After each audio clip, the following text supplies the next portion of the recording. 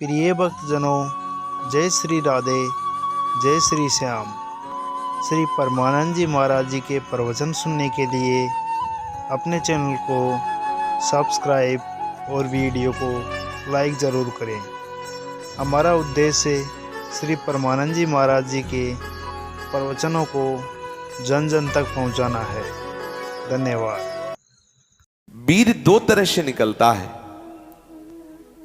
एक तो जो घातक है वो उसी के शरीर से निकलेगा जिसने हस्तमैथुन किया है या गंदी क्रियाएं करके बच्चापन से ही वीर को नष्ट किया है। जैसे 12-13 वर्ष की अवस्था है और उस अवस्था से आप अपने कुसंग के कारण वीर का नाश कर रहे हैं, तो कुछ वर्षों तक हस्तमैथुन करने वाला या अन्य गंदी चेष्टा करने वाला ये नहीं जान पाता है कि इसके द्वारा मेरी हानि हो रही, वो नहीं समझ पाता, क्योंकि जीवनी शक्ति भगवान अपनी तरफ से देते हैं। वो बिल्कुल ना खाए और हस्तमैथुन करे तो भी उसको समझ में नहीं आएगा। कुछ समय के बाद जब उसकी स्थायी जीवनी शक्ति से क्षीण होना प्रारंभ हो जाएगा, तब उसे वो लक्षण जो हस्तमैथुन करने से नाश ऐसे उस प्रसंग में बताया गया, वो लक्षण उसके जीवन में उत्पन्न होने लगते हैं। ये जो हस्त क्रिया के द्वारा शक्ति का नाश करते हैं, ये प्रतिक्षण काम से युक्त रहते हैं। इनके हृदय में वही चिंतन चलता रहता है। बालक अवस्था से लेकर के यौवन अवस्था तक देखिए आप, इनकी आंखों में देखिए न तेज होगा न इनकी गंभीरता होगी, बहुत चंचलता, निस्तेज आंखें होगी, चेहरा पीला पड़, जब देखो तो ऐसा लगता है कि शर्मिंदा हो रहे हैं, मुंह छुपा रहे हैं, ऐसा लगेगा। पहला लक्षण है। दूसरा, कुछ इतने निखल्ले ऐसे दिखावटी स्वभाव के, ऐंठ में, अकड़ में, गर्मी में रहते हैं, ये वीर शक्ति के नाश का लक्षण है। गंभीरता नहीं, शांति नहीं, उदारता नहीं, धैर्य नहीं है, वो अपने को बड़ा बड़ा दिखाना चाहते हैं, ये सब उसके नाश के लक्षण हैं। जिनका चेहरा आनंद में, देखते ही हृदय में आकर्षण, ये ब्रह्मचर्य का लक्षण है। चेहरा देखो तो उजड़ा हुआ दिखाई देता है, लगता है बिना रोते हुए भी रो रहे हैं, वो सब सिकुड़ गया चेहरा ऐसा, जैसे किसी घर में आग लगा दो, इसके बाद दर्शन करो तो कैसा लगता है, वो ऐसे ही उसका चेहरा होता है जिसने अपने जीवन से खिलवाड़ किया है। जो स्वभाव से ही रुक्ष, चिड़चिड़ा, क्रोधी, बात बात पे एकदम रूखा, चेहरा पीला पड़ रहा है, फीका पड़, वो चेहरा पीला प्रेम का नहीं, क्यों चेहरा प्रेम में पीला पड़, प्रेम में नहीं, यहाँ काम की बात हो रही है। मुख पिया आई फिर गई, बदल गए तन रंग, ये प्रेम का लक्षण नहीं, ये काम के लक्षण की यहाँ बात हो रही। वो मुर्दा की तरह निस्तेज, खिन्न छिन्न ऐसे ही घूमता रहता, कोई लक्ष्य नहीं, कोई उद्देश्य नहीं, बात बात में आलस्य, बात बात में गुस्सा। जो गालों में बिना कोई गुलाबी कुछ लगाए जो गुलाबी दिखाई देती है वो ब्रह्मचर्य की होती है, और जिनके ब्रह्मचर्य क्षीण हो जाते हैं, झाई पड़ जाती है। देखो देखने में तो लगता है, क्योंकि बोले कितने को, बोले 18 के, 18 में तो उसकी दुर्गति हो रही, तो 28 और 48 में क्या होगा। जो काले दाग चेहरे में पड़ने लगते हैं, आंखें धसी नजर आती हैं, गाल पीले नजर आते हैं, नाक के आसपास काले काले दाग यहाँ ऐसे प्रकट हो जाते हैं, ये सब लक्षण हैं जो उन्होंने अपनी शक्ति का नाश कर दिया। जो इस वीर शक्ति का नाश करते हैं वो बिना बुढ़ापे के सारे लक्षण बुढ़ापे के उनमें होते हैं। कमर में दर्द है, चला नहीं जा रहा है, थोड़ी चढ़ाई में हांफने लगे, अब अवस्था कितनी, बोले 18 की। इस अवस्था में तो मतलब दिशाएं भी कांपे, वो अवस्था है, अब तो दिखाई नहीं देता कोई जवाल। चित्त में कुचिंताएं, छाती में धड़कन, बिना भय के भयभीत हो जाना, थोड़े से भी दुख में ऐसा सोचना कि मैं आत्महत्या कर लूं, ये सब बातें उसी की कमी से हो रही हैं। ये महापुरुषों के अनुभव की झूठी झूठी बातों में एकदम घबरा जाना, कोई झूठी धमकी दे दे तो बस वो ऐसा लगता है अब क्या करूं, किसी कमरे में बंद हो जाऊं, अपने आप को प्राण हत्या करके बचा लूं, ऐसा मैं अपने शरीर को न, ये सारे के सारे लक्षण उसी में प्रकट होते हैं। जो ब्रह्मचर्य का नाश करता है, नींद ना आना या सोना तो कुंभकर्ण की तरह, मुर्दे की तरह सो जाना, आलस्य, जरा जरा देर में वो निरुत्साहित बातें, आंखों में जलन, भारीपन, ये सब, स्वप्न दोष अधिक होना, ये सब उसी के लक्षण है जो आपने गलतियां की है। अब यदि वो किसी संग के प्रभाव से हस्तमैथुन बंद कर देता है तो उसका वीरपात होगा। अगर वो 3 दिन में वीरपात करता रहा है तो 3 दिन में वीरपात होगा, पक्का होगा, क्योंकि उसका अभ्यास बन गया है। अगर आप ठीक नियम से चलेंगे तो 6 महीना लगेंगे आपको उसको कवर करने में, 6 महीना लगेंगे। और अगर आपने प्रमाद स्थिति की, वो तो निकल ही जाता है, फिर हमको करने से क्यों मना किया जाता है? तो आप देख लेना कुछ समय बाद आपकी हालत बहुत गंभीर हो जाएगी, जो आप बता भी नहीं पाएंगे किसी से। क्या गंभीर हो जाएगी? आप ऐसे ही साधारण क्रियाओं में ब्रह्मचर्यहीन हो जाएंगे। तो जो नव युवक जन है, साधक जन है, वीरपात में यदि उनका कोई स्मरण नहीं रहा और वीरपात हो रहा तो घबराने की जरूरत नहीं। और यदि स्वप्न में आपने स्त्री आदि का संयोग देखा या कोई ऐसी घर्षण आदि क्रिया हुई या कोई ऐसी कामोत्तेजना जनित और फिर आपका वीरपात होता है, तो आपके गंदे विचार और पूर्वाभ्यास के कारण होता है। यह बहुत ही गंदी बीमारी है जो आपको अंदर ही अंदर खोखला करती जाएगी। पहली बात, इस स्वप्न दोष से निकलने के लिए हस्त मैथुन को पूर्णतया बंद कर दिया जाए। अगर आप सदगृहस्थ भी हो चुके हैं तो कुछ महीने के लिए आप अखंड ब्रह्मचर्य का नियम लें, जब तक आपका वीरपात होना ठीक ना हो जाए। आप वो हानिकारक जो कामोत्तेजना बढ़ाने वाले भोजन है उनको छोड़िए, जैसे अत्यधिक नमक, बहुत कड़वी लाल मिर्च, और जैसे बहुत ही वो मीट मसाला आदि जो बहुत ही कड़वा तीखा, ऐसा गरम मसाला, और बिल्कुल गर्मा गर्म भोजन। ये आपके स्वप्न दोष के ठीक होने की बात है। यदि आप स्वप्न दोष से बचना चाहते हैं तो अत्यधिक नमक, बहुत कड़वी मिर्च, बहुत ही वो उष्ण गर्मा गर्म भोजन, बहुत गर्म मसाले से बना हुआ भोजन, और अत्यंत खट्टी चटनी, जैसे इमली की है, कच्चे आम की चटनी है, और मांस। ये जो लोग कहते हैं कि मांस ताकतवर होता है, तुम्हारी चर्बी बढ़ा देगा, ताकत नहीं। ताकत कहते हैं संकल्प शक्ति को। ताकत शरीर शक्ति प्रधानता नहीं होती। संकल्प शक्ति का एक महात्मा पूरे समुद्र को अंजुली में पी गया। देखो, संकल्प शक्ति, शरीर की शक्ति एक सीमित शक्ति है, संकल्प शक्ति एक महान शक्ति है। जो ब्रह्मचर्य से युक्त होता है उसकी संकल्प शक्ति बढ़ती है। भले आप मांस खा के मोटी चर्बी और आप व्यायाम करके दिखा सकते हैं कि देखो मैं ब्रह्मचर्य क्षीण करता हूं लेकिन बलवान हूं, लेकिन आप आत्मशक्तिहीन है। वो आपका मोटा हो जाना बलवान नहीं है, आपके सुंदर सुंदर मांसपेशियां निकल आना वो बल नहीं है। आप शक्ति, बलवान वो है जो आए हुए आंतरिक वेगों को सह जाए। आए हुए आंतरिक वेग को जो सह गया वही बलवान है।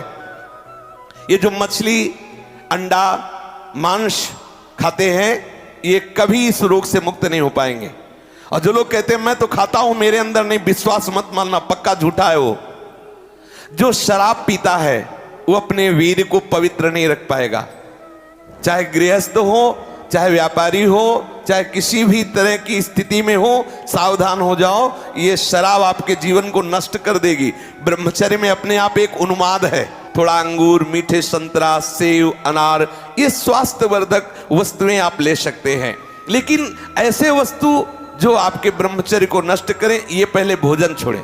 ध्यान दीजिए, आप पहले ऐसे व्यक्ति का संग छोड़ें जो हस्तमैथुन कराने के लिए उत्साहित करे या जो गंदे आचरण में, चाहे वो स्त्री साधक हो या पुरुष साधक, दोनों सावधान। ये रोग एक में ही नहीं होता, ये रोग दोनों शरीरधारियों में होता है। कामोत्तेजना दोनों को आती है। गंदे संग के कारण दोनों साधक गंदी आचरण कर बैठते हो, दोनों इस रोग से पीड़ित होते। पुरुष तो इस रोग को प्रकट कर देता है, माताएं बहनें इस रोग को प्रकाशित नहीं कर पाती, लेकिन पीड़ित होती है इस रोग से। यदि सावधान उपासक न चले तो चाहे स्त्री शरीर हो चाहे पुरुष शरीर, उसको कष्ट होता है। दूसरी बात इसमें सहयोग है 4 बजे उठना। ये जो लोग सुबह 8 बजे तक 9 बजे तक सोते रहते हैं और सोचते रहते हैं कि हम ब्रह्मचर्य रह पाएंगे या स्वप्न दोष से निकल पाए, कभी नहीं हो सकता। भगवान सूर्य जब उदय होते हैं तो आपकी आत्मशक्ति नष्ट होने लगती है। यदि आप उठ करके उनका स्वागत न करें, अर्घ्य न दें, प्रणाम न करें, जग कर भगवान नाम जप न करें। 4 बजे से 6 बजे तक का समय पूरे 24 घंटे के लिए पावर वाला समय है। यदि उस समय आप सो रहे हैं तो वो हमारी बात भी न सुने, वो इस काबिल नहीं कि इसको धारण कर सके। जो सुबह 4 बजे से 6 बजे तक सोएगा वो ब्रह्मचारी रह ही नहीं सकता, पक्का। कुछ लोगों को लगता है कि 1-2 बजे ही स्वप्न दोष हो जाता है, 4 बजे की आवश्यकता नहीं। तुमने गलत आदतें की, तुमने अपनी नस नाड़ियों को इतनी घर्षण शक्ति से कमजोर कर लिया है कि वो रोकने की क्षमता नहीं रखी। तो आपको उदास नहीं होना, ऐसा भोजन छोड़ो, ऐसा संग छोड़ो और 4 बजे जगो। जगने पर तत्काल आप बासी पानी पिए, तांबे के पात्र में रखा हुआ पानी, और लीटर 2 लीटर पिए। ऐसा ना करें कि आप एक गिलास में छोटा, कस की पीजिए। अगर उल्टी हो जाती तो और अच्छा है, आप पी के तो देखिए। वज्रासन में बैठकर जल पीजिए, फिर थोड़ा टहलिए, सोच जाइए। आप गृहस्थ हो, विरक्त हो, कोई भी हो, अगर आप शुद्ध ब्रह्मचर्य रहना चाहते, स्वप्न दोष से निपटना चाहते, तत्काल व्यायाम कीजिए 30 मिनट कम से कम। दंड है, बैठक है, और भी आसन है योगियों ने बताए हैं। और फिर 20 मिनट कम से कम प्राणायाम कीजिए, कपालभाति, अनुलोम विलोम आदि जो भी आप सीख पाए। और इसके बाद 30 मिनट तक कोई खान पान न कीजिए। प्राणायाम व्यायाम के 30 मिनट तक ना आप चाय पीजिए ना पानी। चाय तो बड़े बूढ़ों की बात है, आपका शरीर रोगी हो तो चाय की जरूरत क्या है। ब्रह्मचारी अपने आप में इतना चाय होता है कि उसे जरूरत ही नहीं दूसरे किसी गर्म पदार्थ पाने की। अब ये सावधानी रखे कि जैसे आजकल बहुत बड़ा खतरनाक चल गया है स्मार्ट मोबाइल, इंटरनेट। उसमें क्या है कि बहुत से बच्चे विषयाकर्षण के कारण गंदी फिल्में, जिनमें हमारा शास्त्र आदेश करता है किसी भी पक्षी को भोग करते ना देखे, भागवत अन्य शास्त्र भी आदेश करते कोई भी जीव यदि भोग कर रहा हो तो हम ना देखें। और हम मनुष्यों का भोग देखें उसमें, और हम सोचे कि हमारा आप कोई क्रिया ना करो, केवल गंदे वो भोग संबंधी चित्र देख लो तो आपके मन में जो संस्कार बन रहे हैं, जो कामोत्तेजक भाव बन रहे हैं, वो आपको ब्रह्मचर्य नहीं रहने देंगे। सोते जागते उठते बैठते आपका वीर स्खलित हो जाएगा।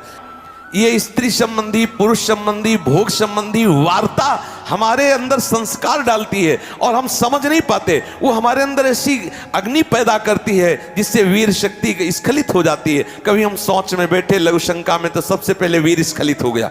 अब आपको लगेगा कि ये रोग है, रोग नहीं, आपकी गलती है। आपने जो गलत चिंतन किया, क्रिया नहीं की, लेकिन मनोवाह नाड़ी ने संपूर्ण शरीर से वीर को खींच करके वो निकाल दिया। अब निकल जाएगा वो आपके असावधानी के समय, इसलिए आप सावधान रहे। कभी भी कोई ऐसे ग्रंथ को ना पढ़ें जिसमें कामोत्तेजक भाव लिखे हो। हम आहार पर दृष्टि रखें। जैसे हम रात्रि के समय शयन करते हैं तो सावधानी रखें कि शयन के 1 घंटा पहले ही दूध ले लें गर्म। अगर हम गर्म दूध लेके सोएंगे तो निश्चित वीर्यपात हो जाएगा।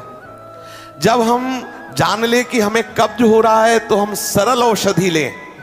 ऐसे कोई चूर्ण न लें जो बहुत कड़े गर्म हो, जो हमें ब्रह्मचर्यहीन कर दे। जैसे आंवला है और वो हर है, बहेड़ा है, त्रिफला का प्रयोग करें। वैसे प्रत्येक साधक को भोजन में 1 आंवले का प्रयोग कर लेना चाहिए, तो कब्ज भी दूर रहेगी और शीतलता भी रहेगी। और आंवला पवित्र भजन में भी सहयोगी होता है और भी स्वादिष्ट भी होता है। आप मीठा आंवला ले सकते हैं, आप खट्टा करके ले। वो आंवला खटाई में भी नहीं आता, और खटाई भी है, वो आपके साधन में भी आएगा। कब्ज ना रहने पावे। अगर हमारे शरीर में, पेट में कब्ज है तो कब्ज में, आंतों में जो जमा हुआ मल है वो ऐसी उत्तेजना पैदा करेगा कि आपका वीर स्खलित हो जाएगा। इसलिए कब्ज भी ना होने पावे। साधक अगर इन नियमों का पालन करे और भगवत स्मरण प्रधान है। ब्रह्मचर्य में सबसे प्रधान औषधि है स्मरण।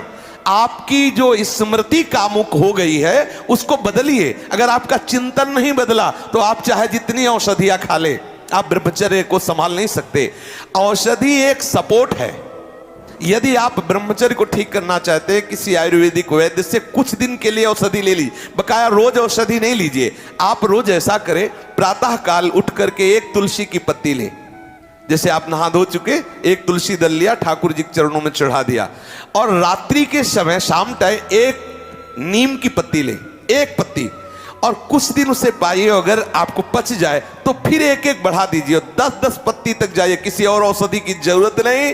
हर रोग का निवारण तुलसी की पत्ती और नीम की पत्ती सुबह शाम करने से हो जाए। आप देख लीजिए, ये ज्यादा औषधियों को ना खाए, नहीं तो जब औषधि छोड़ोगे तब कमजोर हो जाओगे।